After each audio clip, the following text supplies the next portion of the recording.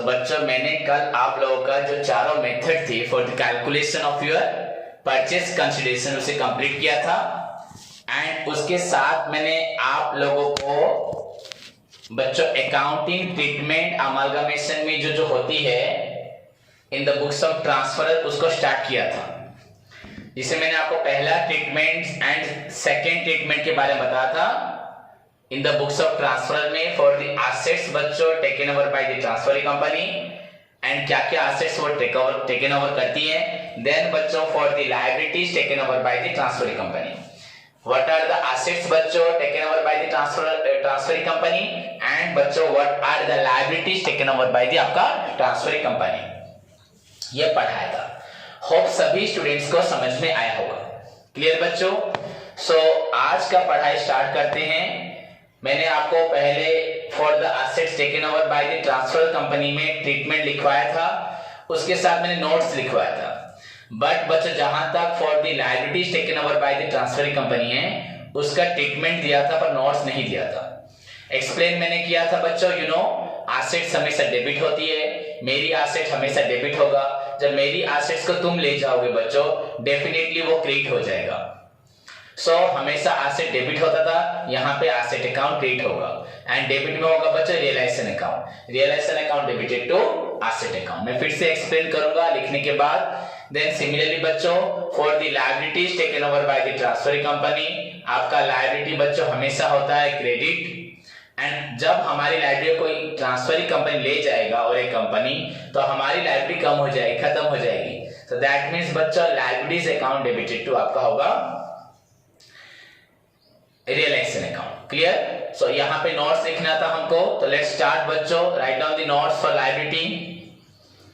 Only those liabilities, write down only those liabilities are to be transferred which have been assumed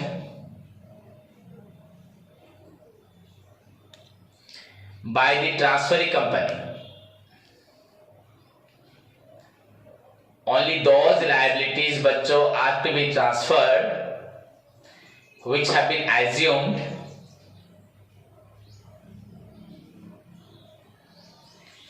by the transferring company,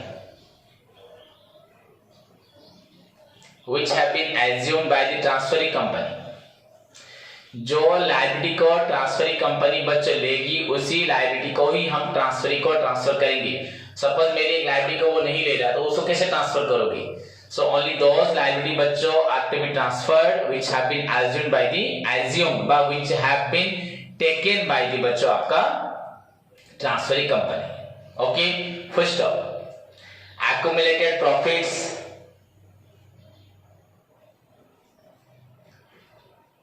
like credit balance or profit and loss account, accumulated profits like बच्चों credit balance or profit and loss account,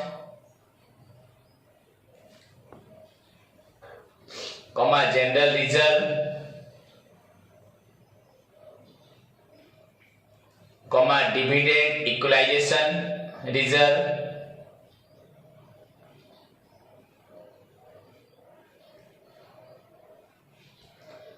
comma sinking fund,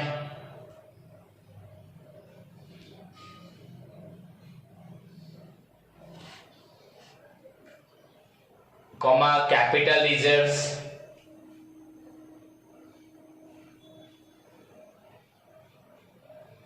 are not to be transferred। ये सब transfer नहीं होगा। Are not to be मत लिखो, are not to transfer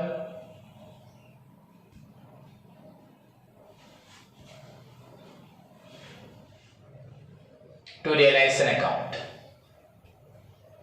okay, credit balance और profit and loss account, general reserve, dividend equalisation बच्चों reserve, sinking fund, capital reserve, ये सब ट्रांसफर नहीं होगा। फर्स्ट उसके बाद if there is any fund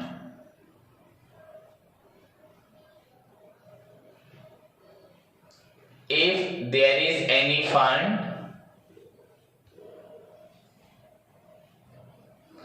which partially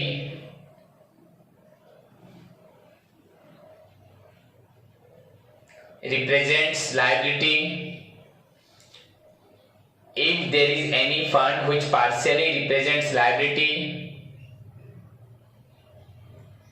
and partially बच्चों undistributed profit,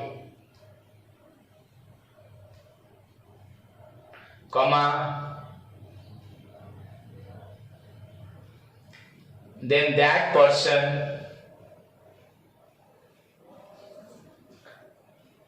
which represents liability, जो पर्सन लायबिलिटी को रिप्रेजेंट करेगा शुड बी ट्रांसफर्ड, मतलब जितना रखा हुआ पैसा अगर लायबिलिटी क्रिएट हो चुका होगा उसको पेमेंट देना होगा. सो बच्चों वो person should be transferred to realisation account, should be transferred to realization account.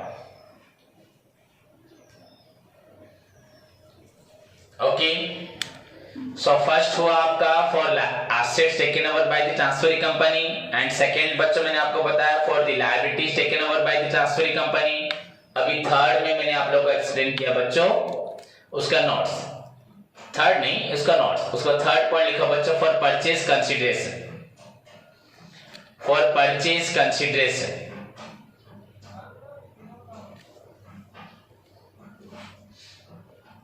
For purchase consideration.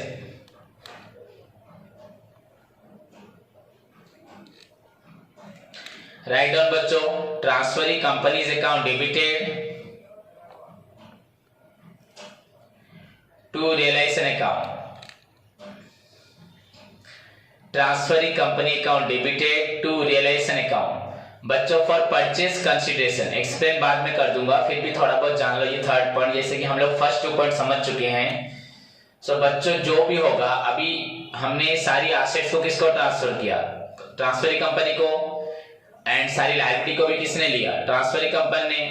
तो एसेट सपोज 20 लाख का एसेट था, आपका 5 लाख का लायबिलिटी था, दैट मीन्स 15 लाख रुपीस अभी हमें ट्रांसफरिंग कंपनी देगा.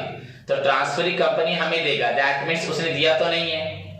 तो फर्स्ट ऑफ ऑल बच्चा ड्यू होगा, वो डेब्टर बनेगा, उससे पैसा हमें मिलेगा एंड वो पैसा हमें इन रेस्पेक्ट ऑफ बच्चा रियलाइजेशन अकाउंट जो ओपन किया था उसके थ्रू मिलेगा. तो यहाँ पे एंट्री बच्चा लिखो ट्रांसफरिंग कंपनीज अकाउंट डेबिटेड, आपने जो लिखा डेबिट किया गया ट्रांसफरिंग कंपनी को टू बच्चों realization account, to realisation account. Transferring company account debited to realisation account.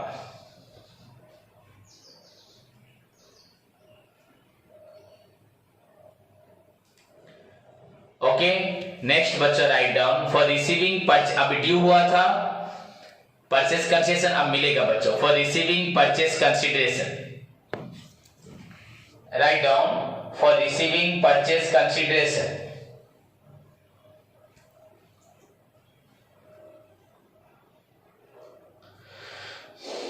from the transferring company. कहां से मिलेगा पैसा, from the transferring company.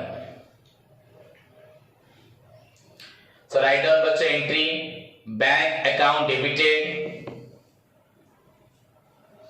You know बच्चों I taught you in the previous class, मैंने आपको पढ़ाया था. I told you also बच्चों several times, बहुत बार बोल चुका हूँ कि बच्चों whenever पैसा मिलेगा बच्चों that doesn't mean कि हमें कैश मिलेगा. You can receive cash, any assets, any share, any security, कुछ भी हमें मिल सकता है, जरूरी नहीं कि कैश ही बस मिलेगा. So बच्चों पॉइंट्स हमारा हुआ for receiving purchase consideration from the transferring company. So either you may receive the purchase consideration in cash, so cash account बच्चों डेबिट होगा, और अगर रिसीव करते हो बच्चों एनी सिक्योरिटी या शेयर या एसेट तो एसेट या सिक्योरिटी अकाउंट डेबिट होगा. तो यूजुअली बच्चों शेयर या सिक्योरिटी होता है, तो आप पहले लिखो कैश अकाउंट डेबिटेड या बैंक अकाउंट डेबिटेड, आपके बैंक में वो पैसा रखेगा तो बैंक अकाउंट डेबिटेड लिखो, कैश या बैंक चलेगा दोनों बहुत. तो बैंक अकाउंट डेबिटेड, उसके बाद शेयर इन ट्रांसफरिंग कंपनी, हमें ट्रांसफरिंग कंपनी के शेयर्स मिलेंगे. तो शेयर्स इन बच्चों transfer company account debited, first bank account debited, then second बच्चों shares in transfer company account debited. To बच्चों पैसा कौन दे रहा है? ट्रांसफर कंपनी डेप्टर था प्रीवियसली, अभी वो पैसा देगा, तो टू ट्रांसफर कंपनी अकाउंट, तो ट्रांसफर कंपनी से पैसा मिल रहा है। गुड्स सोल्ड टू राम बच्चों, Ram to sales, cash receive from Ram बच्चों, कैश टू राम, तो राम राम कैंसिल हो जाता है, तो जो डेप्टर था वो पैसा उससे मिल गया। तो यहाँ पे हुआ bank account debited, shares in transfer company account debited, to बच्चों transfer company account. Okay,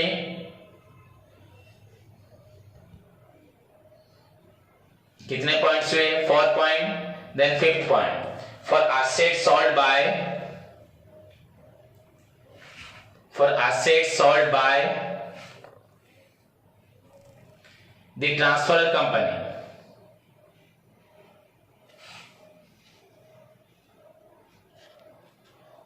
for assets sold by the transferor company,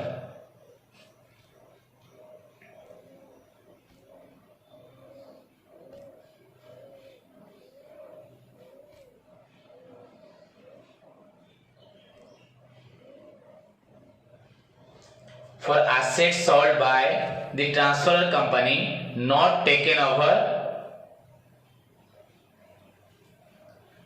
by the transferring company, जो assets को लिखो पहले, for assets sold by transferor company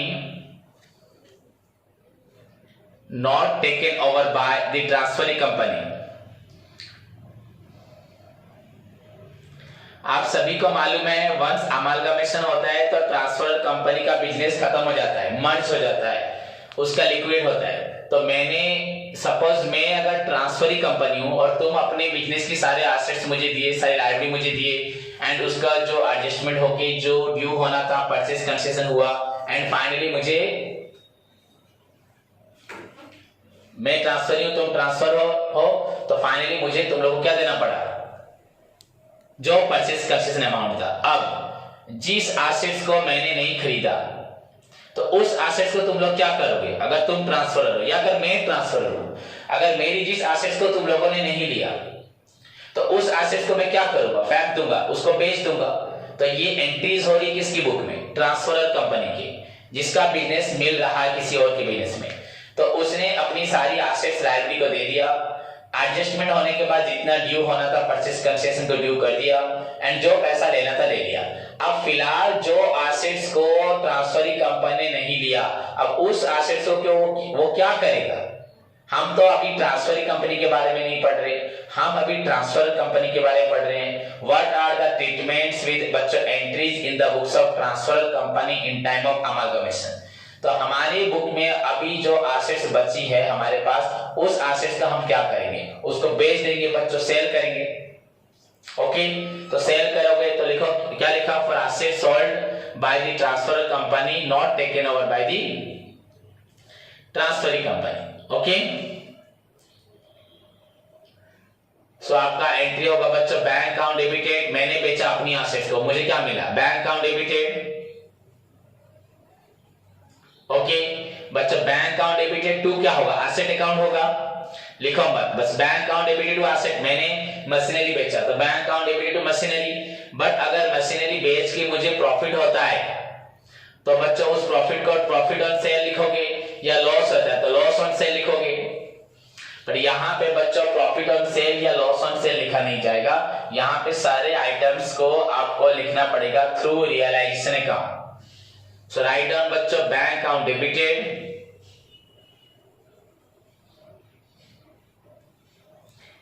realisation account debited,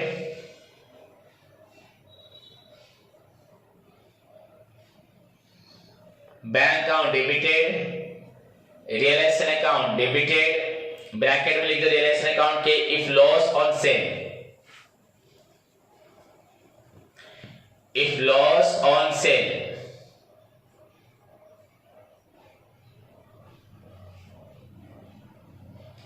then बच्चों to assets account,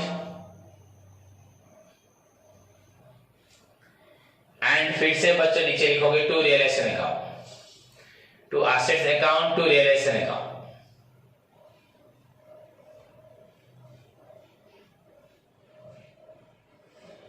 okay, तो asset account to realisation account, जो बच्चों आप लोगों ने लिखा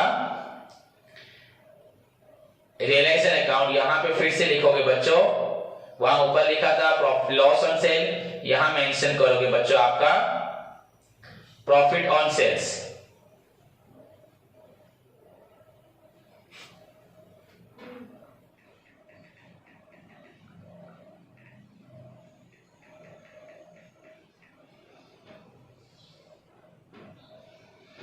प्रॉफिट ऑन बच्चों सेल ऑफ एसेट्स, क्लियर। उसके बाद बच्चों नेक्स्ट कितना हुआ 5, नेक्स्ट 6 नंबर बच्चों write down for liquidation expenses. मेरी कंपनी बंद होगी तो उस कंपनी को बंद होने के लिए कुछ खर्च भी करने होते हैं, हमें लिक्विडेटर को पेमेंट देना पड़ता है बच्चों, liquidator remuneration. So for liquidation expenses, for liquidation expenses बच्चों,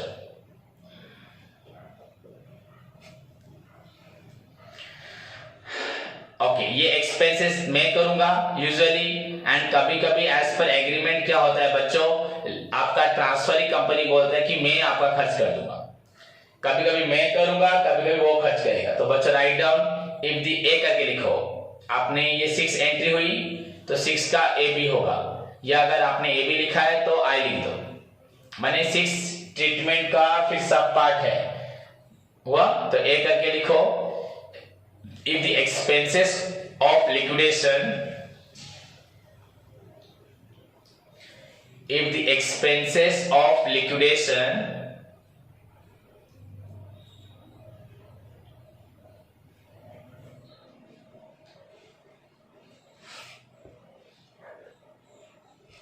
are to be made by the transferor company,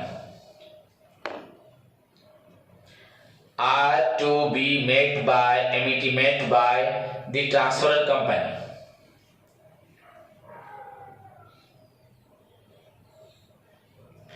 so write down बच्चों realization account debited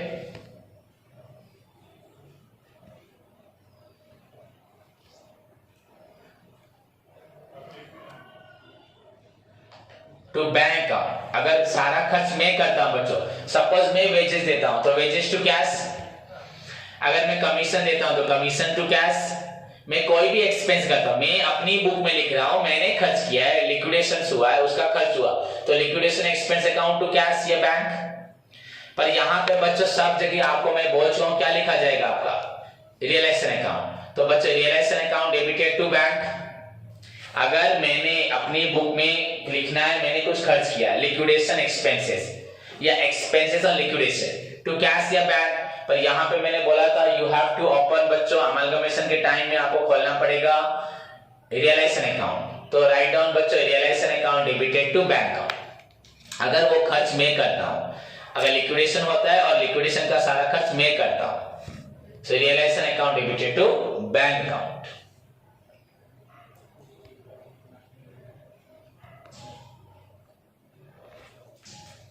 Okay, the next बच्चों उसका B, if the expenses of liquidation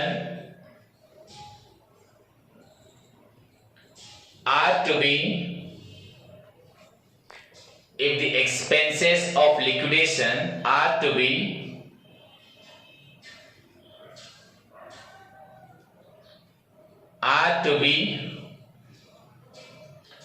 met by the transferring company, अगर वो खर्च को transferring company देता है,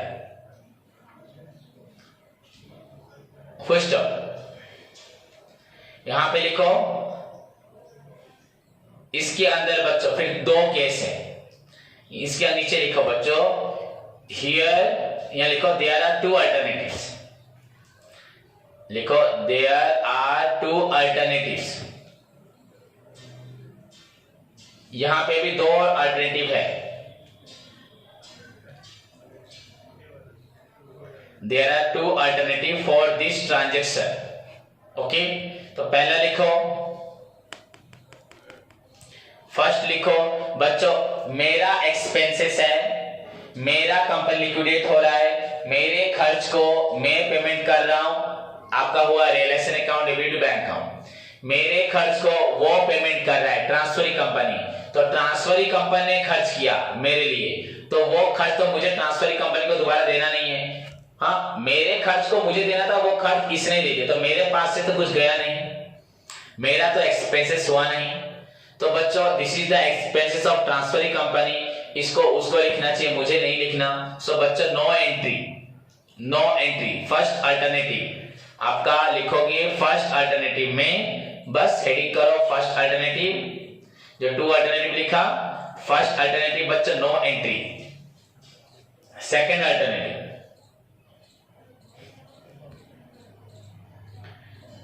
सेकेंड अल्टरनेटिव बच्चों इसमें फिर 2 एंट्री है, इट इन्वॉल्व्स 2 एंट्रीज।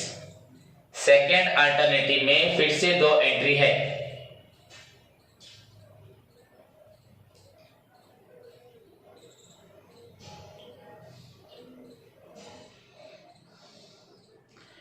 ओके लिखो, राइट डाउन बच्चों, ट्रांसफरी कंपनी अकाउंट डेबिटेड, पहले वाला transferee company account debited to bank account,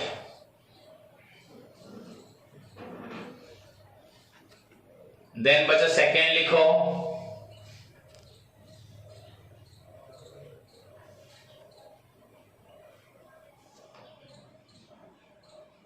bank account debited to transferee company account, bank account debited to transferee company account.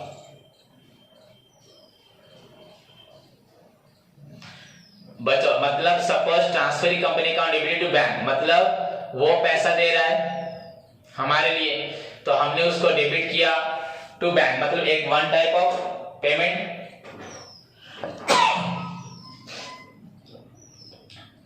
Expenses का हमने बच्चों उसको किया and उसने हमको रिटर्न कर दिया। आप देखो transferee to bank, bank to transferee, transferee transferee cancel, bank bank cancel, कोई एंट्री हुआ ही नहीं। एक्चुअली बच्चों एंट्री होगा ही नहीं, क्योंकि this is the expenses of बच्चों माइन ट्रांसफर कंपनी एंड बच्चों आर बोर्न बाय बच्चों आपका यू, मतलब सॉरी एक्सपेंस ऑफ माइन बच्चों transfer company and are borne by बच्चों यू, दैट मींस बच्चों ट्रांसफरी कंपनी। सो मेरे खर्च को भी अगर तुम कर रहे हो एंड जिसको मुझे तुम्हें रिटर्न करना नहीं है, पेमेंट नहीं करना है, सो आई डोंट थिंक हमें कोई एंट्री लिखना चाहिए। सो अगर यहाँ पे खर्च तुम बोर्न कर रहे हो तो the first alternative second alternative बस ओनली बच्चे लिखने का तरीका है, you just follow the बच्चों first alternative where there is no need of any entry bar, there is no entry, तो वहां पे no entry लिख देना है। एंड अगर सेकंड अल्टरनेटिव फॉलो करते हो तो जो 2 एंट्री तुम पास करोगे वो 2 एंट्री करने के बाद वो ऑटोमेटिक बच्चों आपका क्या हो जाएगा, कैंसिल हो जाएगा, दोनों ही कैंसिल हो जाएगा। क्लियर? ओके नेक्स्ट, यहाँ पे हमने पढ़ा एसेट्स सॉल्व किया, देन लिक्विडेशन हुआ। बच्चों वैसे ही कुछ लायबिलिटी होती है मेरी जिसको तुमने लिया एंड कुछ लायबिलिटी होती है मेरी जिसको तुमने नहीं लिया, तो जो लायबिलिटी को तुम लोगों ने नहीं दिया उसका क्या होगा, right down for liabilities not taken over by the transferee company, जिसको तुम लोग नहीं लोगे तो उसको मैं खुद ही पेड करूंगा, because now this is the time of liquidation भी हो रहा है, तो मैं जब तक पेमेंट नहीं करूंगा उन क्रेडिटर्स का वो मुझे नहीं माफ करेंगे, मुझे छोड़ेंगे नहीं, या लिक्विडेशन भी हो नहीं पाएगा, वो छोड़ेंगे नहीं अलग बात, लिक्विडेशन नहीं हो पाएगा आपका। So for liabilities not taken over bye, for liabilities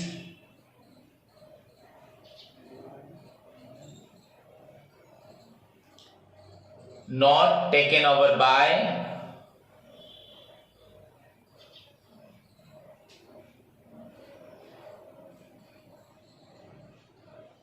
the transferring company and paid by the, तो जो वो नहीं लेगा उसको मैं पेड करूंगा, and paid by the transferer company।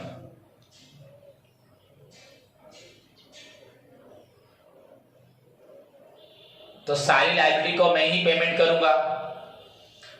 सो बच्चों लिखो लायबिलिटी को पेड करूंगा ना, तो पेड करूंगा, लायबिलिटी क्रेडिट होता है जब मैं पेड करूंगा, जैसे बच्चों outstanding rent paid, rent outstanding बच्चों, rent account debited to rent outstanding and whenever बच्चों आउटस्टैंडिंग रेंट पेड होता है तो outstanding rent account debited to cash or bank. तो आउटस्टैंडिंग रेंट हमने पेड कर दिया, outstanding rent account debited to cash or bank. तो जैसे यहाँ लिखोगे बच्चों, या डेबिट होगा लायबिलिटी, सारा पेमेंट होगा, मतलब various liabilities account debited, various liabilities account debited, ध्यान से लिखो। ओके बच्चों, वेरियस लायबिलिटी टू क्या होना चाहिए, टू बैंक होना चाहिए। पर अगर बच्चों तुम लोग लेट में देते हो पेमेंट तो आपको एक्स्ट्रा पेमेंट देना पड़ेगा।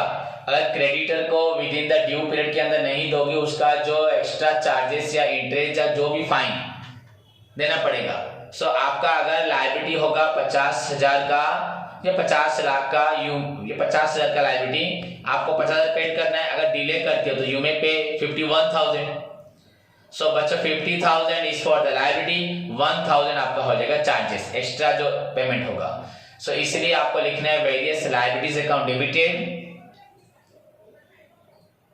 Realization account debited. देखो हर जगह पे हर एक एक्स्ट्रा पेमेंट, हर एक चीज के लिए आपको एक्सपेंस के लिए रियलाइजेशन अकाउंट खोलना है। तो various liabilities account debited, realisation account debited. जो स्टूडेंट्स पूरा ध्यान से मेरी क्लास को सुन रहा है, लिख रहा है, पूरा स्लोली डिक्टेट कर रहा हूँ, वो डेफिनेटली समझ पाएगा, उसका डाउट नहीं रहेगा। अगर रहा भी तो फिर दोबारा इस क्लास को सुने या मुझे पूछे। एंड जो सिर्फ इधर उधर ध्यान देके बस लिखने पे डिपेंड कर रहा है, बात को नहीं फॉलो कर रहा, वो कुछ नहीं कर पाएगा, ऐसे बेकार बैठा रहेगा। सो बच्चों मैंने आपको बोला various liabilities account debited, realisation account debited,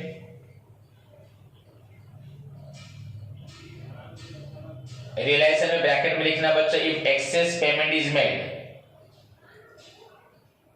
to bank account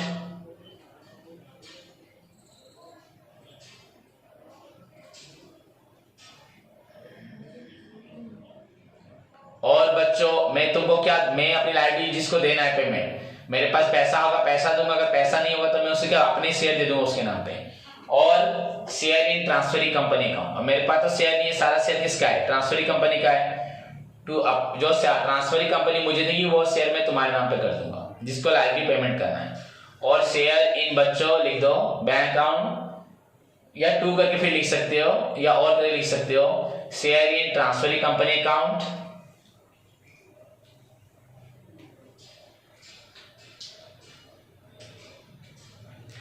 to बच्चों रियलाइजेशन अकाउंट। फिर से रियलाइजेशन, अगर जितना लायबिलिटी है उससे कम पेमेंट करते हो, to realisation account if less payment is made.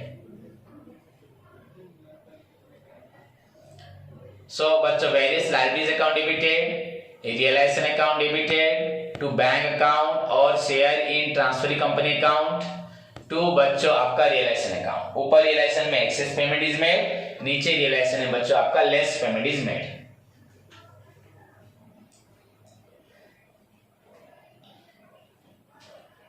Okay then उसके बाद बच्चों for closing of realisation account, अब आप रियलाइजेशन अकाउंट को क्लोज करोगे। Now the time is to close your realisation account बच्चों, for closing of realisation account.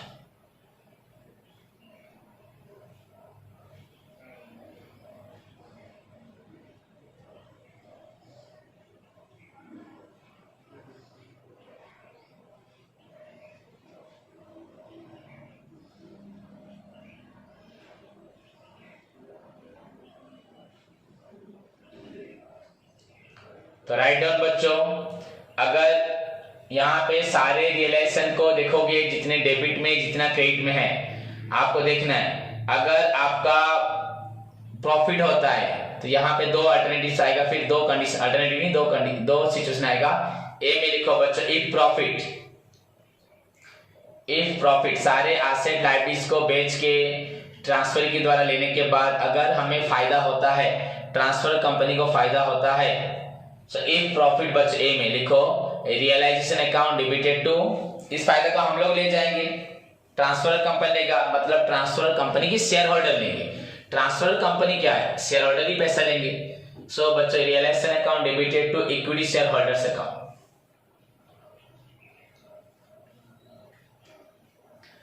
If profit बच्चों realization account जब क्लोज हो रहा है एंड बच्चों अगर लॉस हुआ, if loss,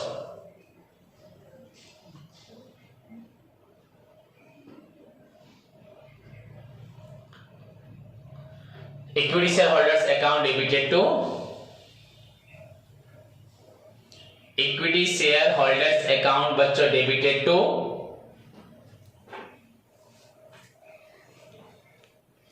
realization account। Okay, तो ये आपका पहला 8 एंट्रीज बच्चों हुआ, ट्रीटमेंट हुआ विद एंट्रीज के साथ। जो क्लोजिंग, अगर आपका क्लोजिंग ऑफ रियलाइजेशन अकाउंट, अगर आपका प्रॉफिट होता है तो आपका realization to equity shareholders, and अगर लॉस होता है तो equity shareholders to realization. Okay, hope सभी बच्चों को समझ में आया। सबको समझ में आया कि नहीं मुझे ग्रुप में मैसेज करके लिखो, एंड मैं लास्ट सारा एंट्री लिखवाने के बाद फिर से एक्सप्लेन करूंगा बच्चों। सारा एंट्री खत्म होने के बाद मैं आपको फिर से एक्सप्लेन करूंगा। ओके, सभी होमवर्क भेजें, मुझे बार बार रिपीट नहीं करना, होमवर्क भेजें। ओके, एंड सारे नोटिस को पढ़ा करें जो भी इंस्ट्रक्शन दिए गए हैं। टुमारो बच्चों आपको बोला गया है कि कल क्लास आने की कोशिश करेंगे सभी 9 बजे, कोशिश नहीं सभी को आना है।